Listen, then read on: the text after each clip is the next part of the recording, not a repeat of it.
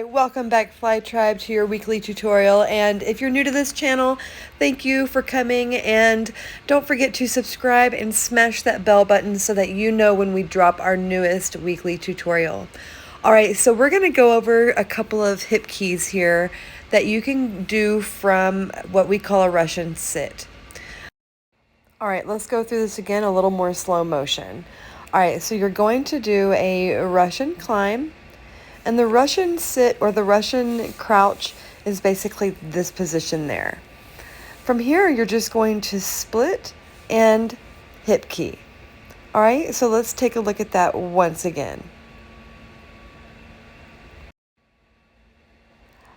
All right, so notice how you straighten your legs and scissor your legs and then go into your hip key. So you straighten, scissor, hip key. All right, the other way you can do a hip key is from the same position, which is a Russian sit or crouch.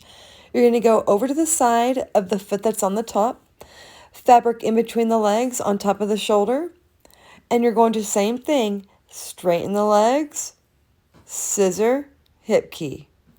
And then you're going to pass the fabric around to your back. Let's check it out again.